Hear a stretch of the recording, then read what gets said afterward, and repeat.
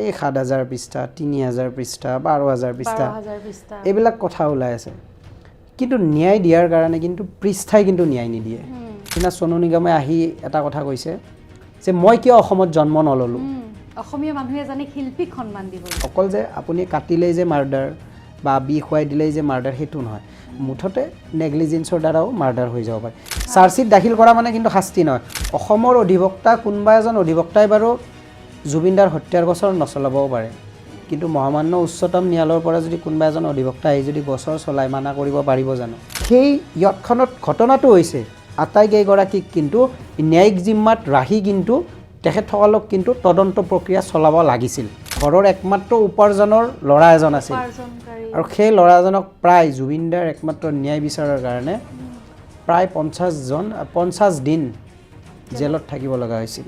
খন্তেকীয়া আবেগত চলা মানুহ অসমীয়া মানুহবোৰ সঁচা যদি ক'ব লাগে সঁচা একেবাৰে সঁচা কথা পাহৰি যাওঁ এতিয়া নতুন বছৰ আহিব নিউ ইয়াৰ আহিব বৰদিন আহিব বিহু আহি আছে আমি সঁচাকৈ পাহৰি যাম হিন্দুত্ববাদী সংগঠনৰ নেতাকেইজনক ইনফৰমেশ্যনটো দিয়ে দিয়াৰ পিছত তেওঁলোকে কি কৰে এই গৰুৰ গাড়ীখন তেওঁলোকে ৰাজপথত আগচি ধৰে তেওঁলোকে একোখন গাড়ীৰ বাবদ তাৰমানে ৫,০০০ ১০,০০০ টকাকৈ ডিমাণ্ড কৰে যদিহে সেই একোখন গাড়ীৰ বাবদ যদি ৫,০০০ ১০,০০০ টকাটো যদি নিদিয়ে গৰুৰ ৰচিদখিনি ফালি দিয়ে দিনত গৌমাতাৰ শ্লোগান দি ৰাতি যে গৰুৰ গাড়ীত দালালি কৰে মই সেইদিনা এটা সংবাদ মাধ্যমত কিবা এটা কথা কৈছিলোঁ যে গৰুৰ দালালি খোৱাতকৈ গৰুৰ মাংস খাব দিছিলোঁ তেখেতসকলক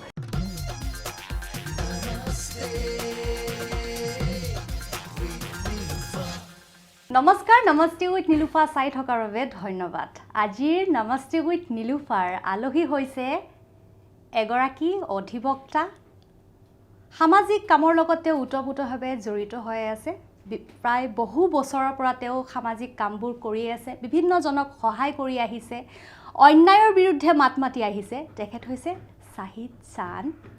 অসম বুলি কৈছোঁ কাৰণ তেওঁক চাহিদ চান অসম বুলিয়ে বহুতে চিনি পায় গতিকে স্বাগতম হয় নমস্কাৰ আৰু ভালে আছে নিশ্চয় ভালে আছোঁ কেৱল এটাই বেয়া লাগে কেতিয়াবা আহোঁতে জুবিনদাৰ গান শুনি আহিছিলোঁ সেই কথাটোৱে কেৱল মাজে মাজে আমনি কৰে যিহেতু জুবিনদাৰ কথা ওলালেই আৰম্ভণিতে সেইটোৱে আৰু যিহেতু চাৰ্জশ্বিটখন ইতিমধ্যে মুকলি কৰা হৈছে সেই চাৰ্জশ্বিটখনৰ ওপৰত কি ক'ব আপুনি বা চাৰ্জশ্বিটখন লৈ আপুনি সন্তুষ্ট নে নহয় হয়নে নহয় প্ৰথম কথা হৈছে ন্যায়ালয়ৰ যিখিনি কাম কাজ সেইখিনিক আমি সন্মান কৰোঁ আৰু যিহেতুকে আমাৰ সাংবিধানিকভাৱে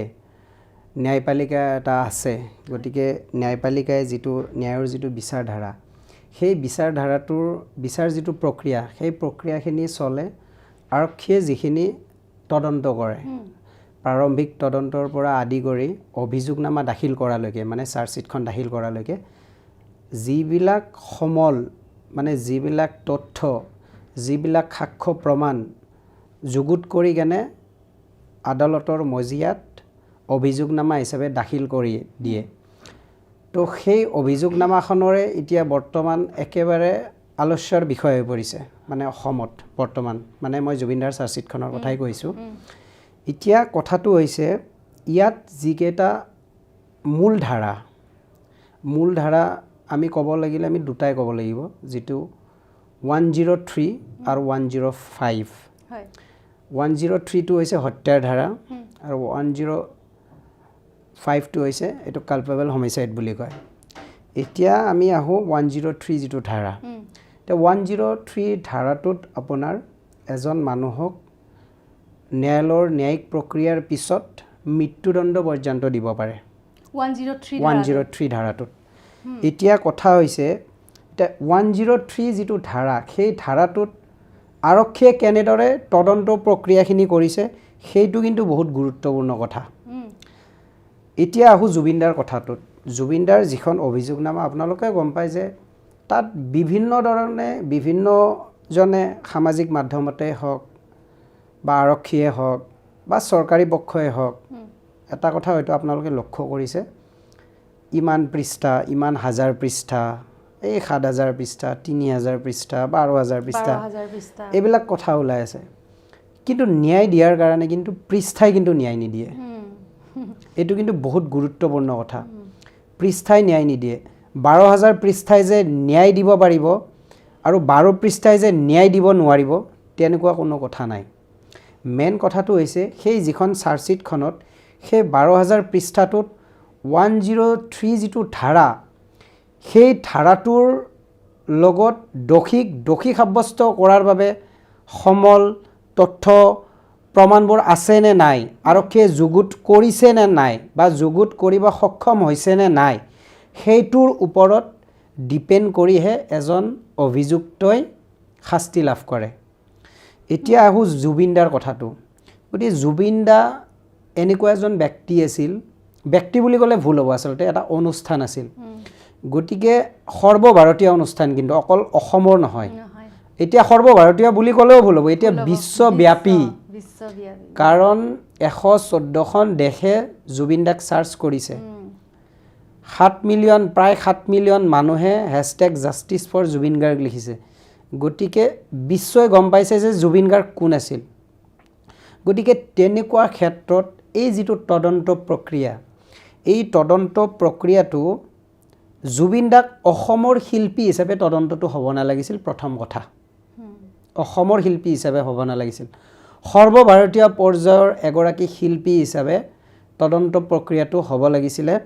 আৰু এই যিখিনি তদন্ত প্ৰক্ৰিয়াত SIT গৈছে বাৰু ছিংগাপুৰত গৈছে বাৰু কিন্তু প্লেচ অফ অকাৰেন্স এটা মূল বস্তু কিন্তু প্লেচ অফ অকাৰেন্স মানে য'ত ঘটনাটো ঘটে যিহেতুকে হত্যাৰ গোচৰ হৈছে আৰু হত্যা কৰা বুলি আমাৰ অসম চৰকাৰৰ সন্মানীয় মুখ্যমন্ত্ৰী মহোদয়েও কৈছে আৰু জুবিনদাৰ বিষয় হয় এইটো আৰু মানে বেলেগ নহয় জুবিনদাৰ বিষয় গতিকে তেনেকুৱা ক্ষেত্ৰত মই ভাবোঁ এজন অধিবক্তা হিচাপে মোৰো 13-14 বছৰ ওকালতি কৰাৰ অভিজ্ঞতাৰ ফালৰ পৰা মই এটা কথাই ক'ব বিচাৰোঁ যে সেই যিটো প্লেচ অফ অকাৰেন্সত পিঅ' ভিজিট বুলি কয় এইটো কিন্তু মূল এইটো কিন্তু মন কৰিবলগীয়া কথা প্লেচ অফ অকাৰেন্স ভিজিট কৰি তাত চিন ৰিক্ৰিয়েট কৰিব লাগিছিলে কিন্তু সেইটো কৰিছে নে নাই হয়তো অনাগত সময়ত গম পাম আমি কিন্তু দেখা নাই কিন্তু এতিয়ালৈকে এইটো একদম কিন্তু মূল বিষয় আৰু আহিল এতিয়া বহিৰাষ্ট্ৰৰ কথা তাত হয়তো কিছুমান পাৰ্মিশ্যনৰ কথা আহিব পাৰে মই সেইটোলৈও যাম গতিকে তাত কিছুমান ইণ্টাৰনেশ্যনেল লৰ কিছুমান কথা থাকে বাৰু কিন্তু তেনেকুৱা ক্ষেত্ৰত যিহেতুকে মই আগতেও এটা কথা ক'লোঁ যে জুবিন গাৰ্গক অকল অসমৰ নাছিল ভাৰতৰ এজন শিল্পী আছিল গতিকে মই ভাবোঁ সেই বিষয়টোতো কিন্তু জুবিনদাৰ ক্ষেত্ৰত সেই যিখিনি ধৰি লওক অনুমতি সেইখিনিও কিন্তু সহজ হ'ব লাগিছিল জুবিনদাৰ ক্ষেত্ৰত কাৰণ চাওক বলিউডৰ পৰা আৰম্ভ কৰি হলিউড পৰ্যন্ত গম পাইছে জুবিনদাৰ মৃত্যু হৈছে এজন মহান শিল্পীৰ মৃত্যু হৈছে তেখেত আমাৰ হিয়াৰামঠু হোৱাৰ লগে লগে সৰ্বভাৰতীয় পৰ্যায়তো এটা প্ৰভাৱ পৰিছে কিছুমানেতো আপোনালোকে গম পায় সেইদিনা সোনু নিগমে আহি এটা কথা কৈছে যে মই কিয় অসমত জন্ম নললোঁ অসমীয়া মানুহে জানে শিল্পীক সন্মান দিবলৈ ইয়েছ সেইটো কিন্তু বহুত ডাঙৰ কথা কৈছে তাৰমানে এইটো আৰু নেক্সট যদি তেওঁ জন্ম ল'ব বিচাৰে অসমত ল'ব বিচাৰে সেইটো কিন্তু বহুত ডাঙৰ কথা গতিকে তেনেকুৱা ক্ষেত্ৰত এই যিখিনি ঘটনা হৈছে এই ঘটনাখিনিৰ কিন্তু তাত কিন্তু এটা মানে প্ৰাৰম্ভিক সময়তে কিন্তু তাৎক্ষণিকভাৱে অনুমতি লৈ কেনে সেই তদন্ত প্ৰক্ৰিয়াখিনি চলাব লাগিছিল কিন্তু যোৱা বুলি আমিও গম পাইছোঁ সংবাদ মাধ্যম যোগে কিন্তু সেই যোৱা সময়টো কিন্তু সঠিক বুলি মই নাভাবোঁ বহুত কেইদিন পিছত গৈছে এতিয়া আহোঁ যিটো চাৰ্জশ্বিট যিটো অভিযোগনামা এতিয়া কথা হ'ল এইখন অসমতে এটা ঘটনা হৈছিল সকলোৱে জানে অসমৰ ৰাইজে জানে কিন্তু বন্দনা কলিতাৰ কথা কোনেও পাহৰা নাই বন্দনা কলিতাই নিজৰ স্বামী নিজৰ শাহুৱেকক কাটি টুকুৰা টুকুৰি কৰি বস্তাত লৈ গৈ মেঘালয়ৰ নিৰ্জন ঠাইত পেলাই দিছিলে আৰু সেই টুকুৰা উদ্ধাৰ হৈছে সাক্ষ্য প্ৰমাণো পোৱা গৈছে পোৱাৰ পিছতে কিন্তু বন্দনা কলিতাই মাত্ৰ 8 মাহৰ ভিতৰত জামিন লাভ কৰিছে এইটো কিন্তু বহুত লক্ষণীয় কথা তাৰমানে হয়তো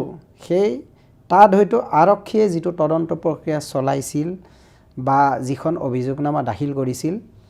সেইখনত হয়তো কৰবাত কিবা এটা বিসংগতি মানে ৰৈ গৈছে যাৰ বাবে 7 মাহৰ ভিতৰতে ওলাই গ'ল বন্দনা ধাৰাটো কলিতা একেই আছিল 103 ধাৰাটো 103 ধাৰা আছিল গতিকে এইটো মই এই কাৰণে কথাৰ প্ৰসংগত আনিছোঁ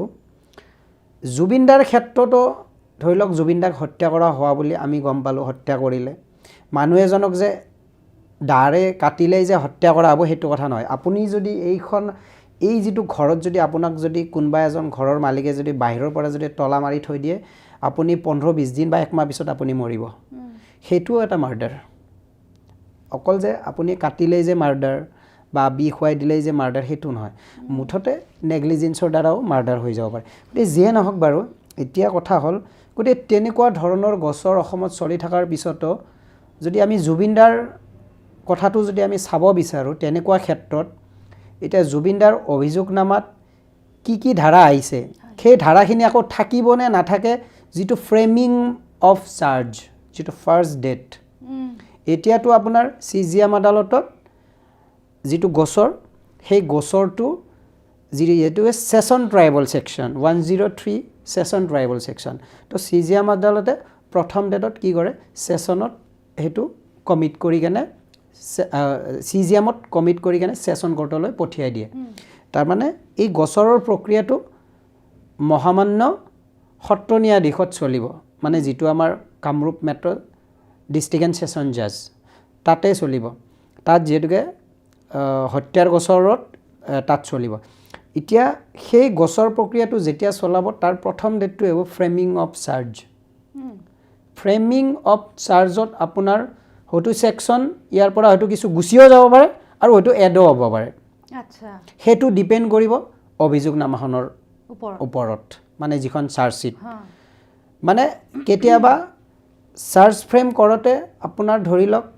তাত যিকেইটা সেকশন আছে তাৰ পৰা হয়তো এটা বা দুটা গুছিও যাব পাৰে আকৌ হয়তো সেই এডো হৈ যাব পাৰে গতিকে তেনেকুৱা ক্ষেত্ৰত জুবিনদাই এতিয়া ন্যায় কেনেকৈ পাব সেই যিটো প্ৰক্ৰিয়া তাত যিবোৰ সাক্ষী আছে সেই সাক্ষীবোৰে কেনেকুৱা ধৰণেৰে সাক্ষ্য প্ৰমাণ কৰিছে সেই সাক্ষ্য প্ৰমাণৰ ওপৰত ভিত্তি কৰিহে কিন্তু অভিযুক্তই শাস্তি পাব অভিযোগনামা দাখিল কৰা মানে কিন্তু শাস্তি নহয় চাৰ্জশিট দাখিল কৰা মানে কিন্তু শাস্তি নহয় হয়তো সেশন ট্ৰাইবেল সেকশন হয়তো কেইমাহমান হয়তো জেলত থাকিব কিন্তু শাস্তি হ'ব এই তেতিয়াহে যেতিয়া ফ্ৰেমিং অফ চাৰ্জৰ পিছত সাক্ষ্য প্ৰদান হ'ব সাক্ষ্য প্ৰদান হোৱাৰ পিছত আপোনাৰ জেৰা চলোৱা হ'ব তাৰে পিছত হে আপোনাৰ আৰ্গুমেণ্ট হেনেকে মানে পৰ্যায়ক্ৰমেহে জাজমেণ্টৰ ফালে যাব এতিয়া কথাটো আহো আমি আমাৰ যিখিনি অধিবক্তা সমাজে এতিয়া কৈ আছে যে তেখেতৰ গোচৰ নচলায় কিন্তু যেহেতুকে ভাৰতৰ এখন সংবিধান আছে আৰু সংবিধানে এজন মানুহক নিজৰ লিবাৰ্টি প্ৰদান কৰে যিকোনো মানুহৰ যদি অধিবক্তা নাথাকে চৰকাৰে অধিবক্তা নিয়োগ কৰিব আৰু তেখেতসকলৰো অধিবক্তা নিয়োগ কৰিব এতিয়া আহো কথাত যে তেখেতসকলৰ অধিবক্তা আমাৰ অসমৰ কোনোবাই কৰে নকৰে সেইটো বেলেগ কথা আইনখন সৰ্বভাৰতীয় আইন ভাৰতৰটো এখনে আইন যিখন BNS যিখন আছে ভাৰতীয় ন্যায়িক সংহিতা যিটো আছে হেতুটো এখনে আইন ভাৰতৰ সংবিধান এখনে হয় অসমৰ অধিবক্তা কোনোবা এজন অধিবক্তাই বাৰু জুবিনদাৰ হত্যাৰ গোচৰ নচলাবও পাৰে কিন্তু মহামান্য উচ্চতম ন্যায়ালয়ৰ পৰা যদি কোনোবা এজন অধিবক্তা আহি যদি গোচৰ চলাই মানা কৰিব পাৰিব জানো নিশ্চয়কৈ নোৱাৰে গতিকে এতিয়া আহো আচল কথাটোলৈ সেই অভিযোগনামাখনত কিন্তু সঠিকভাৱে তথ্য উপস্থাপন কৰিছে নে নাই যুগুত কৰিছে নে নাই বা তেখেতসকলৰ শাস্তি হ'বনে নহয় যদিহে কোনোবা এজন জ্যেষ্ঠ উচ্চতম ন্যায়ালয়ৰ অধিবক্তাওতো আহিব এনেকুৱা নহয় যে জুবিনদাৰ গোচৰ কাৰণে যে বেলেগকৈ আইনখনটো তেনেকুৱাটো নহয় আইনখনটো আইন হিচাপেই যাব গতিকে তেনেকুৱা ক্ষেত্ৰত হয়তো জুবিনদাই ন্যায় পাব নে নাপায় এইটো সময়েহে ক'ব যেহেতুকে ন্যায়িক প্ৰক্ৰিয়া এটা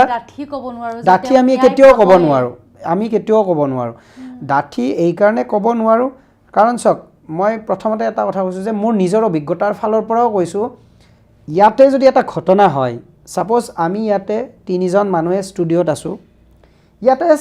ইয়াতে এটা শ্বৰ্ট চাৰ্কিট হৈ গ'ল কোনোবা এজনৰ মানে কিবা এটা হৈ গ'ল আল্টিমেটলি ইয়াতে সেই ঘটনাটোৰ কাৰণে কিন্তু আমাৰ ইয়াতে ৰুমটোত থকা মানুহকেইজনক ঘৰৰ মালিকক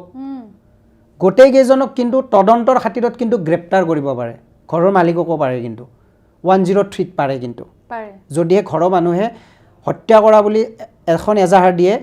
ঘৰৰ মালিক আমাৰ ষ্টুডিঅ'ত থকা কেইজন ষ্টুডিঅ'ত কাম কৰা কেইজন আটাইকেইজনকে কিন্তু জেললৈ পঠিয়াব পাৰে সেই ছেকশ্যনত আৰু জেলত যে পঠাব এই জেলত পঠোৱাটো শাস্তি নহয় সেইটো হৈছে এটা তদন্ত প্ৰক্ৰিয়া আচ্ছা যেনেকৈ ধৰি লওক ধাৰা অনুযায়ী কিছুমান ধাৰাত 2 মাহ থাকিব লাগে জেলত কিছুমান ধাৰাত 3 মাহ থাকিব লাগে কিছুমান ধাৰাত 6 মাহ পৰ্যন্ত থাকিব লাগে এই যিখিনি ধাৰাৰ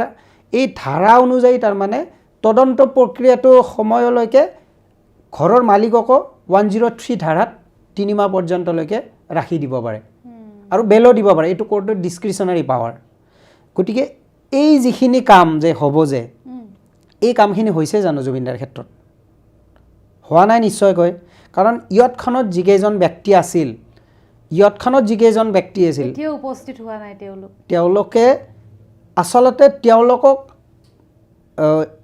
ন্যায়িক জিম্মাত ৰাখিহে তদন্তটো চলাব লাগিছিলে ন্যায়িক জিম্মাত ৰাখি কিন্তু তেওঁলোকক কি কৰিছে বাহিৰত ৰাখি এজন গৈ ইয়াতে সাক্ষ্য প্ৰদান কৰিব মাতিছিলে কিন্তু তেখেতসকলে দোষী নিৰ্দোষী সেইটো আদালতে নিৰ্ধাৰণ কৰিব আমি কোৱা নাই যে তেওঁলোকেও জুবিনদাক হত্যা কৰিছে কিন্তু যেহেতুকে 103 ধাৰা এটা লাগিছে আৰু সেই ইয়ৎখনত ঘটনাটো হৈছে আটাইকেইগৰাকীক কিন্তু ন্যায়িক জিম্মাত ৰাখি কিন্তু তেখেতসকলক কিন্তু তদন্ত প্ৰক্ৰিয়া চলাব লাগিছিল এতিয়া তাতেও হয়তো কিছুমান বাধা থাকিব পাৰে যে ছিংগাপুৰৰ মানুহক বা ছিংগাপুৰৰ প্ৰবাসীক হয়তো গ্ৰেপ্তাৰ কৰিব নোৱাৰিবও পাৰে কিন্তু তাততো অসমীয়া বা ছিংগাপুৰ প্ৰবাসী নাথাকা অসমীয়াও আছিল সেইখিনিকো কিন্তু কৰা হোৱা নাই তো এইখিনিত আমাৰ কিন্তু এটা সন্দেহ ৰৈ যায় তাৰমানে আপোনালোকে চাগে গম পায় হাতীগাঁৱত এটা ঘটনা হৈছিল আজিৰ পৰা প্ৰায় 2 বছৰমান আগত তাত হোটেলত এজন ল'ৰা এজন ঢুকাইছিলে মানে তাত ল'ৰা ছোৱালী আছিলে হোটেল এখনত হয়তো আপোনালোকে মনত পৰিব চাগে 2 বছৰমানৰ ঘটনা বেছি দিনৰ নহয় সেই ঘটনাটোত কিন্তু হোটেলৰ ল'ৰা ছোৱালী কেইগৰাকী হোটেলৰ মেনেজাৰ হোটেলৰ কেয়াৰটেকাৰ ইভেন মাটিৰ মালিককো গ্ৰেপ্তাৰ কৰি জেললৈ প্ৰেৰণ কৰা হৈছিলে একে ধাৰাত তাৰমানে এই যে ঘৰৰ মালিকজনক যে জেললৈ প্ৰেৰণ কৰিল তেখেতে কিন্তু হত্যাটো কৰা নাই কিন্তু তদন্তৰ খাতিৰত যাতে কোনো এভিডেন্স হেম্পাৰ আৰু টেম্পাৰ নহয় সেই কাৰণে তাৰমানে তেখেতসকলক কৰিছিলে এতিয়া আমাৰ যিকেইগৰাকী ছিংগাপুৰৰ প্ৰবাসী সেই প্ৰবাসী কেইগৰাকী কি কৰিছে আপুনি চাব এজনকে মাতিছে ঠিক আছে এজনকে সাক্ষ্য প্ৰদান কৰিব মাতিছে সাক্ষ্য প্ৰদান কৰিব মোক আজি মাতিছে মই তাত গৈ কেনে কৈ দিছোঁ মোক কি সুধিছে তে আপুনি কওক তদন্ত প্ৰক্ৰিয়াটো সঠিক হৈছে জানো মোক এছআইটিয়ে যিখিনি প্ৰশ্ন কৰিছে মই গৈ কেনে মোৰ লগৰ কেইজনক নকম জানো নিশ্চয় কম তাৰপিছত আকৌ এজন আহিছে বা আকৌ দুজন আহিছে আকৌ ঘূৰি গৈছে ধুনীয়াকৈ ফুল প্ৰিপেয়াৰ হৈ আহিছে তেওঁলোক সেই কথাখিনিত মই ভাবোঁ যে ক'ৰবাত নহয় ক'ৰবাত তদন্ত ক্ষেত্ৰটোত অকণমান হ'লেও গাফিলতি হৈছে বুলি মই মানে ভাবোঁ আৰু এইটো অধিবক্তা বুলি নহয় এজন সাধাৰণ নাগৰিক হিচাপে মই অনুভৱ কৰিছোঁ যিহেতু আপুনি বহু বছৰ ধৰি এজন অধিবক্তা এই ক্ষেত্ৰখনত কাম কৰি আছে আপোনাক যদি এটা প্ৰশ্ন কৰোঁ আৰু চিধাকৈ যদি এটা শব্দত আপুনি উত্তৰ দিব লগা হয় আপোনাৰ ফালেদি যিহেতু এইটো ক্ষেত্ৰতে আপুনি কাম কৰি আছে জুবিনদাই ন্যায় পাবনে চাৰ্জশ্বিটখন ওলোৱাৰ পাছতো এতিয়া মই এটা কথাত ক'ব গ'লে মই এটাই শব্দ কম সন্দেহ আছে একেবাৰে কম সন্দেহ আছে কিয় জানেনে এনেকুৱা বহুত গছৰ দেখিছোঁ মানে মানুহ বাহিৰত আছে চকুৰ আগত ইয়াতকৈ ডাঙৰ ঘটনা মানুহ বাহিৰত আছে গতিকে তেনেকুৱা ক্ষেত্ৰত যদি চাব যাওঁ কিন্তু সন্দেহ আছে কিন্তু আমি এটাই বিচাৰোঁ জুবিনদাই ন্যায় পাওক জুবিনদাৰ ন্যায়িক প্ৰক্ৰিয়াটো ভালকৈ চলক ন্যায়ালয়ে মানে সঠিকভাৱে চলক আৰু এটা কথা নিশ্চিত যে ন্যায়ালয়ে সঠিকভাৱে তেতিয়াহে চলাব পাৰিব যদিহে আৰক্ষীয়ে সঠিকভাৱে তদন্ত কৰিছে যদি ক'ৰবাত নহয় ক'ৰবাত আৰক্ষীয়ে যদি ন্যায়িক প্ৰক্ৰিয়াটোত যদি ক'ৰবাত নহয় ক'ৰবাত যদি খুঁত ৰৈ গৈছে তেতিয়াহ'লে জুবিনদাই হয়তো ন্যায় নাপাবও পাৰে এতিয়া আৰু এটা বেলেগ প্ৰশ্নলৈ মই আহিছোঁ জুবিনদাৰ মৃত্যুৰ পাছৰ পৰা যিখিনি ধৰক নৱপ্ৰজন্ম অসমীয়া মানুহখিনি হিয়া ঠাকুৰি কান্দি ওলাই আহিছিলে বহু নৱপ্ৰজন্মই কবিতা লিখিছিলে গান গাইছিলে চিঞৰি কান্দিছিলে বহুকেইজনক আৰক্ষীৰ জিম্মালৈ লৈ গৈছিলে তেনে ক্ষেত্ৰত আপুনি বহুকেইজন যুৱকক ওলাই আনিছে জেলৰ পৰা লগতে এতিয়ালৈকে কিমান কেইজনক ওলালে আপুনি মই প্ৰায় ৩৭ জনক ওলাইছোঁ আৰু তাৰে কিন্তু মই ১৭ জনক মই ১৭ জনক আপুনি বিনামূলীয়াকৈ উলিয়াইছোঁ বিনামূলীয়াকৈ ওলাইছে আপোনালোকে চাগে পাইছে কেইদিনমান আগত অজয় দাকো আপুনি হয় ওলাইছে হয় হয় হয় হয় কেইদিনমান আগত আপোনালোকে পাইছে শৰৎ সৌৰভ নামেৰে এজন ডেৰগাঁৱৰ ল'ৰা এজন তেওঁ জুবিনদাৰ এই গান গাই কেনে জুবিনদাৰ যিবোৰ গান তেওঁ মানে কেতিয়াবা জুবিনদাৰো গান লিখে বা আমাৰ যিবোৰ মানে উঠি অহা নৱপ্ৰজন্ম তেওঁ গান লিখে গান লিখি কোনোমতে পৰিয়ালটো চলাইছিল তেওঁৰ ঘৰৰ ওপৰ ফালে চালে ন টিনত ফুটা তাৰ ভায়েক এটা আছে বেমাৰ মাক বেমাৰ ভনীয়েকৰ বেমাৰ তাৰপিছত তেওঁ কি কৰিলে জুবিনদাৰ যেতিয়া অন্ত্যেষ্টিক্ৰিয়া সম্পন্ন কৰা হ'ল সেইদিনা তেওঁ কি কৰিলে তাত মানে জুবিনদাৰ ন্যায়ৰ কাৰণে এটা প্ৰতিবাদ কৰিলে সেইদিনাৰ পিছৰে পৰা তেওঁক সোণাপুৰ আৰক্ষীয়ে ডেৰগাঁৱত গৈ ধৰি আনিলে দেওৰগাঁৱত হয় যেতিয়া ধৰি আনিলে ধৰি অনাৰ পিছত মাকে ফোন কৰিলে মোৰ নাম্বাৰটো লৈ কৰবাৰ পৰা ফোন কৰিলে ফোন কৰাৰ পিছত মই তেখেতসকলক কথা দিলোঁ যে হ'ব আপোনালোকক মই কৰাই দিম আপোনালোকে নিশ্চিন্ত থাকক মই যেনেকৈ নহওক উলিয়াই দিম আৰু আপোনালোকে ১ টকাও দিব নালাগে মাক ভনীয়েকৰ মানে চকুৰ পানী চাব নোৱাৰি আৰু ঘৰৰ একমাত্ৰ উপাৰ্জনৰ ল'ৰা এজন আছিল আৰু সেই ল'ৰাজনক প্ৰায় জুবিনদাৰ একমাত্ৰ ন্যায় বিচাৰৰ কাৰণে প্ৰায় ৫০ দিন জেলত থাকিব লগা হৈছিল অৱশেষত তেওঁক মই জামিনত মুক্তি কৰাই আনি দিলোঁ তেনেদৰে প্ৰায় মই ৩৭ জনক উলিয়াই দিছোঁ যিয়ে নহওক এতিয়া সেইটো সময়ত আপোনালোকে গম পায় যে মানুহ লাখ লাখ মানুহ ওলাই আহিছিল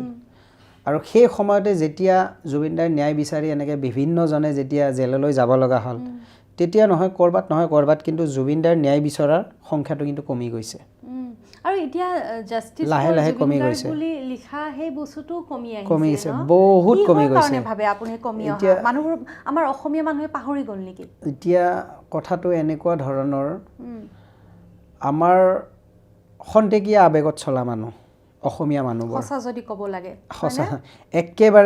একেবাৰে সঁচা কথা পাহৰি যাওঁ এতিয়া নতুন বছৰ আহিব নিউ ইয়াৰ আহিব বৰদিন আহিব বিহু আহি আছে আমি সঁচাকৈ পাহৰি যাম নেকি পাহৰিয়ে যাম কিয় জানেনে আপুনি চাওক এটা এনেকুৱা সময় আছিল আজি 5 বছৰ আগত যেতিয়া কা আন্দোলন হৈছিল তেতিয়াও কিন্তু লাখ লাখ মানুহ ওলাই আহিছিল তেতিয়াও কিন্তু 5 জন কিন্তু শ্বহীদ হৈছিল কিন্তু সেইবোৰো কিন্তু আমি পাহৰি গৈছোঁ গতিকে অসমত অসমীয়াৰ এনেকুৱা ঘটনা হৈয়ে আছে গতিকে অসমীয়াবোৰ আমাৰ খন্তেকীয়া আবেগত চলা মানুহ খন্তেকীয়া আবেগৰ ঢৌত আমি উঠি ভাহি যাওঁ কিন্তু শেষত গৈ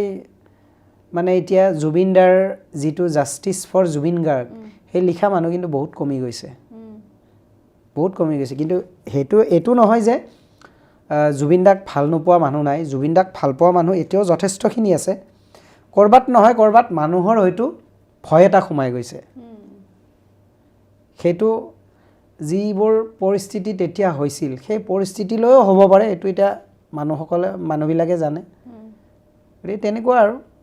আৰু আপুনি ব্লাড যোগান ধৰে হয়নে ব্লাড যোগান ধৰি আছে আপুনি এইটো আপোনাৰ অনুষ্ঠানটোৰ কিবা নাম আছে নেকি হয় মই আচলতে বাঘ হাজৰিকা ঐক্য মঞ্চ অসম নামে এটা অৰাজনৈতিক সংগঠন এটাত মই প্ৰতিনিধিত্ব কৰোঁ ৰাজ্যিক পদত আছোঁ মই তো আমাৰ সেই সংগঠনটোৰ মূল মন্ত্ৰ ৩টা ঐক্য শান্তি আৰু সেৱা আমি অসমখনত সৰ্বধৰ্ম ৰাইজৰ লগত বিভিন্ন ভাষা ধৰ্ম জাতি জনগোষ্ঠীৰ মানুহৰ লগত কেনেদৰে আমি মিলাই চলিব পাৰোঁ সেইটো প্ৰথম মূল মন্ত্ৰ যাক আমি ঐক্য বুলি কওঁ শান্তি আমি বৰ্তমান সময়ত আপোনালোকে জানে যে একাংশ কিছুমান মানুহে সকলোৱে নহয় আমাৰ মাজত কিছুমান ভেদাভেদ ভাৱৰ সৃষ্টি কৰিব বিচাৰে কৰি আছে কিন্তু আমাৰ অসমত যিহেতুকে বহুত জ্যেষ্ঠ গুণী জ্ঞানী ব্যক্তিসকল আছে সন্মানীয় মুৰব্বীসকল আছে যাৰ বাবে হয়তো সেই অপশক্তিবোৰে স্থান পোৱা নাই কিন্তু আমি সেই অপশক্তিবোৰক ৰোধ কৰাৰ কাৰণে আমাৰ দ্বিতীয়টো মূল মন্ত্ৰ আমি মানে কেনেদৰে সেই অপশক্তিবোৰক ৰোধ কৰি আমাৰ মাজত যিটো একতা আমি ৰক্ষা কৰিব পাৰোঁ আমি শান্তিৰ বাৰ্তা আমি প্ৰেৰণ কৰিব পাৰোঁ, এইটো আমাৰ দ্বিতীয় মূল মন্ত্ৰ। তৃতীয় মূল মন্ত্ৰটো হৈছে সেৱা। আমি কেনেদৰে সেৱা কৰিব পাৰোঁ? আমি প্ৰথম যেতিয়া সংগঠনটোৰ যেতিয়া জন্ম হৈছিল, আপোনালোকৰ মাধ্যমেৰে নলবাৰীৰ এগৰাকী কিবা দত্ত উপাধিৰ ছোৱালী এগৰাকী কেঞ্চাৰত মানে আক্ৰান্ত হৈছিল। আমি প্ৰথম সংগঠনৰ আৰম্ভণিতে আমি তাইক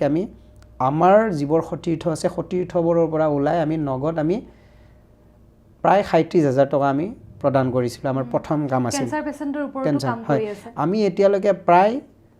১৭গৰাকী নে ১৮গৰাকী আমি কেঞ্চাৰ পেচেণ্টক আমি আমাৰ ফালৰ পৰা আমি সহায় কৰিলোঁ।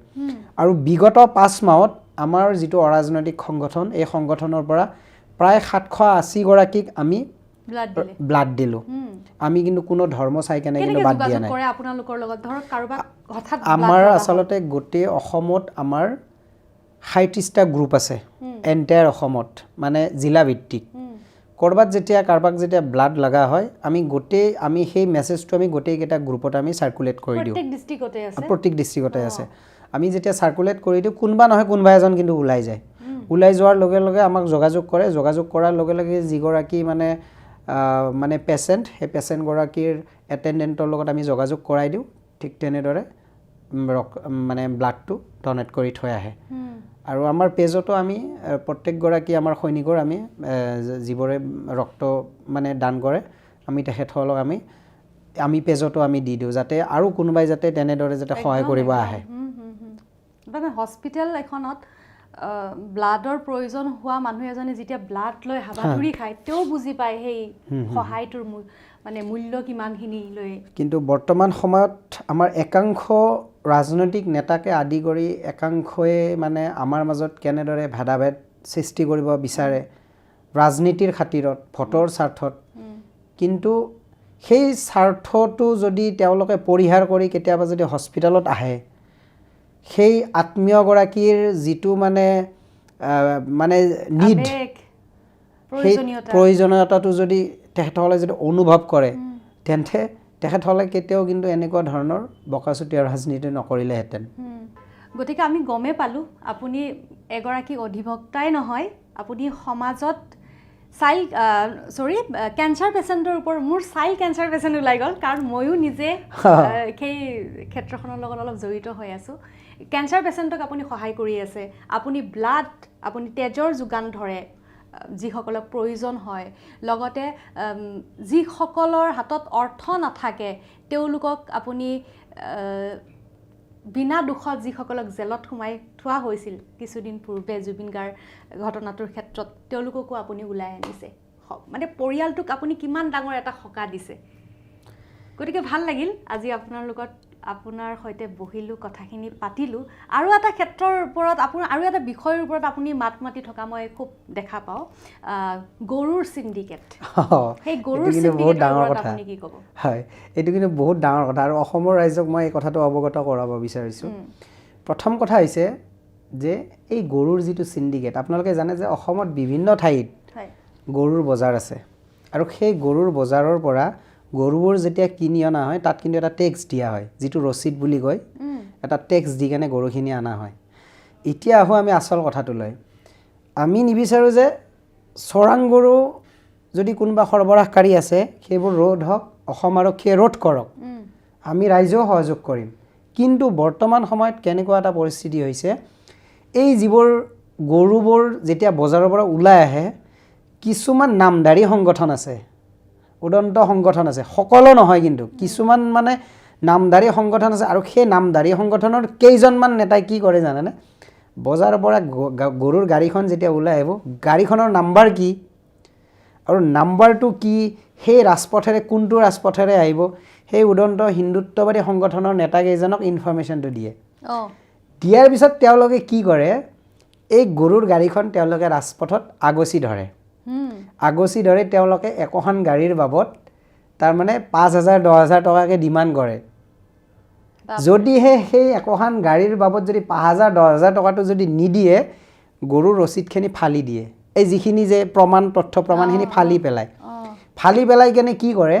তেওঁলোকৰ গাড়ীকেইখন আৰক্ষী থানাত ভৰাই দিয়ে। ভৰাই দি কেনে তেওঁলোকৰে সংগঠনৰ কোনোবা এজনে চুৰি গৰু কঢ়িয়াই অনা বুলি তেওঁলোকে এখন এজাহাৰ দিয়ে। তাৰপিছত জেললৈ যাব লগা হয়, ড্ৰাইভাৰ, হেণ্ডিমেন, গৰুৰ মালিক জেললৈ যাব লগা হয়। জেললৈ যাব লগা হোৱাৰ পিছত সেই মানুহবোৰ যেতিয়া আমাৰ ওচৰত আহে, ঘটনাটোতো কৈ দিয়ে, অধিবক্তা হিচাপেতো আমি আৰু কৈ দিয়ে। তাৰপিছত কি কৰে, আকৌ এটা কপি বজাৰত থাকে নহয়, সেই কপি লৈ আহে। লৈ অহাৰ পিছত মহামান্য ন্যায়ালয়ে কি কৰে, তেওঁলোকে যিকেইটা গৰু চোৰাং গৰু বুলি তেওঁলোকে তাতে সোমাই দিলে পইচা নোপোৱাৰ কাৰণে, সেইকেইটা কিন্তু মহামান্য ন্যায়ালয়ে আকৌ বৈধ ঘোষণা কৰি মালিকক গতাই দিয়ে। তে এতিয়া সেইটো চোৰাং গৰু হ'ল নে গৰুৰ চিণ্ডিকেট হ'ল? আকৌ তেওঁলোকে এটা শব্দ ব্যৱহাৰ কৰে, ছাপ'জ এটা পাছিং শব্দ ব্যৱহাৰ কৰে। সেইটো শব্দ ব্যৱহাৰ কৰে আৰক্ষীয়ে, যে অমুকত কাৰ পাছিং বা তাৰমানে সিহঁতৰ সংগঠনৰ কিছুমান মানে ষ্টপেজে কিছুমান নেতা থাকে সিহঁতৰ, যে অমুক নামৰ গাড়ীখন গৈ আছে, এইখন অমুকৰ পাছিং, নধৰিবি। মানে যিবোৰ ভুক্তভোগীবিলাকে আহি কেনে অধিবক্তা হিচাপে কথাবিলাক কয়, তো অমুকৰ গাড়ীখন নধৰিবি। তাৰমানে এই যি 2-3 হাজাৰ টকা যে দিয়ে, তাৰ বাবদ তাৰমানে ধৰিব নালাগে। এতিয়া মোৰ কথাটো হৈছে, চৰকাৰে এখন গো সুৰক্ষা আইন আনিছে। আমিও বিচাৰোঁ যে গোটো একেবাৰে বন্ধ কৰক, আমাৰ আপত্তি নাই। কিন্তু এই যে দিনত গো মাতাৰ শ্লোগান দি ৰাতি ৰাতি যে গৰুৰ গাড়ীত দালালি কৰে, মই সেইদিনা এটা সংবাদ মাধ্যমত কিবা এটা কথা কৈছিলোঁ, যে গৰুৰ দালালি হোৱাতকৈ গৰুৰ মাংস খাব দিছিলোঁ তেখেতসকলক। এইকাৰণে কৈছিলোঁ যে তোমালোকে এই যে গৰুবোৰ যিবোৰ হৈ আছে, গৰুবোৰ যিবোৰ অবৈধভাৱে যদি পাৰ কৰি আছে, তেন্তে সেইবোৰ আৰক্ষী আছে অসমত, আৰক্ষী প্ৰশাসন আছে, আৰক্ষী প্ৰশাসনক খবৰ দিয়ক। তোমালোকে যে ৰাতি ৰাতি গোটেই নিশা ডিউটি কৰিব লাগে, তোমালোকেতো কমচে কম এইটো ভাবিব লাগে যে আৰক্ষীৰ কাম আৰক্ষীক কৰিব দিয়ক। আৰু যদিহে সেইবোৰ অবৈধ গৰুবোৰ ন্যায়ালয়ে কিয় মালিকক গতাই দিয়ে? ন্যায়ালয়েতো আৰু অবৈধ গৰুবোৰ মালিকক গতাই নিদিয়ে, নিশ্চয় তাত কিবা বৈধ প্ৰমাণ পত্ৰ থাকিব লাগিব, তেতিয়াহে দিব পাৰিব। গতিকে মই অসমৰ সমাজ সচেতন ব্যক্তিসকলক কৈছোঁ যে এই আমাৰ যিবোৰ মাজত যিবোৰ কিছুমান উদণ্ড সংগঠনৰ নেতা আছে, যিবোৰে ৰাজপথত গোটেই নিশা গৰু গাড়ী ধৰাৰ নামত যে কিছুমান দুৰ্ঘটনা কেতিয়াবা ঘটি যাব, কিন্তু যদিহে এইটো ৰোধ নকৰে, সমাজ সচেতন ব্যক্তিসকলে যদি ৰোধ নকৰে, কিছুমান দুৰ্ঘটনা ঘটি যাব। সেইদিনা নলবাৰীত কি হৈছে জানেনে? বিহাৰৰ পৰা 15 গৰাকী গাই গৰু আনিছে। আচ্ছা, গৰুৰ ব্যৱসায় কৰে নে নকৰে? সকলোৱে গৰুৰ ব্যৱসায় কৰে, গাখীৰৰ ব্যৱসায় কৰে। তো গাখীৰৰ ব্যৱসায় কৰিলে বিহাৰত আপোনালোকে গম পায় যে গৰুৰ কাৰণে ভাল ভাল গৰুবিলাক, গাই গৰু বিহাৰত পোৱা যায়। তো বিহাৰৰ পৰা গাই গৰু আনিছে, তাত পোৱালি আছিলে 12টা। সিহঁতে কি কৰিছে, গৰুৰ গাড়ীকেইখন এনেকৈ খেদি নলবাৰীত কিবা এটা বজৰং দলৰ কেইজনমান নেতাই খেদি আগত গাড়ীখন পাতি দিছে। পাতি দিয়াৰ ফলত সেই গাড়ীখন দুৰ্ঘটনাগ্ৰস্ত হৈছে। দুৰ্ঘটনাগ্ৰস্ত হোৱাৰ ফলত উদন্ত সংগঠনৰ নেতাৰ গাড়ীও ভাঙিছে, আৰু সেই গাড়ীখনত থকা 8 গৰাকী নিষ্পাপ পোৱালি মৃত্যুৰ মুখত পৰিছে। তেওঁলোকে এই বোজাটো কোনে ল'ব? এই যে নিষ্পাপ গাই গৰুৰ নিষ্পাপ পোৱালি কেইগৰাকী যে হত্যা কৰিলে, তেওঁলোকে যে দিনত যে শ্লোগান দিয়ে, তেওঁলোকৰ বেয়া লগা নাই? এই যে পোৱালি কেইগৰাকীক যে মাৰি পেলালে, হত্যা কৰিলে, তেওঁলোকৰ বেয়া লগা নাই? আৰু কোনোবা মানুহে বাৰু মানি ল'লোঁ যে গৰুকেইটা মাংসৰ কাৰণে আনিছে বুলি মানি ল'লোঁ, কিন্তু সৰু সৰু পোৱালিটো কোনো মাংসৰ কাৰণে ব্যৱহাৰ নকৰে, এইটো দানৱেও ব্যৱহাৰ নকৰে। আৰু তেওঁলোক কিমান দানৱ হ'ব পাৰে যে সেই পোৱালিকেইটাক হত্যা কৰা কেইজন? আৰু তাত সম্পূৰ্ণৰূপে বৈধ নথি পত্ৰ দেখুওৱা হৈছে, চৰকাৰী টেক্স দিয়া হৈছে, যিটো আমাৰ শ্ৰীৰামপুৰৰ যিটো গেট থাকে, গেটৰ সম্পূৰ্ণ বৈধ টেক্স দিয়া হৈছে, কোকৰাঝাৰৰ আৰক্ষী অধীক্ষকলৈ প্ৰেৰণ কৰা হৈছে, নলবাৰী আৰক্ষী অধীক্ষকক দেখুওৱা হৈছে। গতিকে তেনেকুৱা ক্ষেত্ৰত মই আমাৰ আৰক্ষী অধীক্ষকসকলক বিনম্ৰভাৱে অনুৰোধ জনাইছোঁ, আপোনাৰ এই মাধ্যমৰ যোগেৰে এই যিবোৰ চিণ্ডিকেট চলি আছে, এই চিণ্ডিকেটৰ দ্বাৰা দি কেতিয়াবা ডাঙৰ দুৰ্ঘটনা হৈ যাব। কাৰণ কেতিয়াবা আমি সাধাৰণ মানুহ ৰাস্তাৰে গৈ থাকিম, তেওঁলোকে এনেদৰে ৰাস্তাত ধৰি লওক আগচি ধৰিব, তো ডাঙৰ ডাঙৰ ট্ৰাক আহেতো, কেতিয়াবা সাধাৰণ মানুহৰো দুৰ্ঘটনা ঘটিব পাৰে। গতিকে প্ৰশাসনলৈ মই বিনম্ৰভাৱে অনুৰোধ জনাইছোঁ, এই বিষয়টোৰ ওপৰত যাতে গুৰুত্ব সহকাৰে মানে এটা দায়িত্ব লয় দিয়ক। মানে যিহেতুকে গো সুৰক্ষা আইন আছে গৰু সম্পূৰ্ণৰূপে বন্ধ কৰক কিন্তু এই যে সিন্ডিকেট কৰি কেনে আদান প্ৰদান কৰাটো যে চলি আছে সেইটোও বন্ধ হ'ব লাগে হয় ভাল লাগিলে আজি বহুকেইটা বিষয়ৰ ওপৰত কথা পাতিলোঁ আৰু অনুষ্ঠান শেষ কৰিব লাগিব কিন্তু তাৰ আগতে নমস্তে উইথ নিলুফা আহি কেনেকুৱা লাগিছে মোৰ সৈতে কথা পাতি কেনেকুৱা লাগিছে কিবা এটা লিখি থৈ যাওক আৰু আপোনাৰ লগত বহিব লাগিব যিহেতু আপুনি এজন অধিবক্তা আমিও কিছুমান নিয়ম নীতি জানিব লাগিব ছোৱালীৰ ক্ষেত্ৰত মহিলাৰ ক্ষেত্ৰত ঘৰুৱা হিংসাৰ ক্ষেত্ৰত সেইবোৰৰ ওপৰত আহিবলগীয়া দিনত বহলভাৱে আমি কথা পাতিম কেনেকুৱা লাগিলে আহি ভাল লাগিলে ঠিক আছে বহুত বেছি ভাল লাগিলে গতিকে আজিলৈ বিদায় লৈছোঁ আৰু পুনৰবাৰ ধন্যবাদ ধন্যবাদ নমস্তে উইথ নিলুফাৰ আজিৰ এই খণ্ডটিৰ পৰা বিদায় লৈছোঁ ধন্যবাদ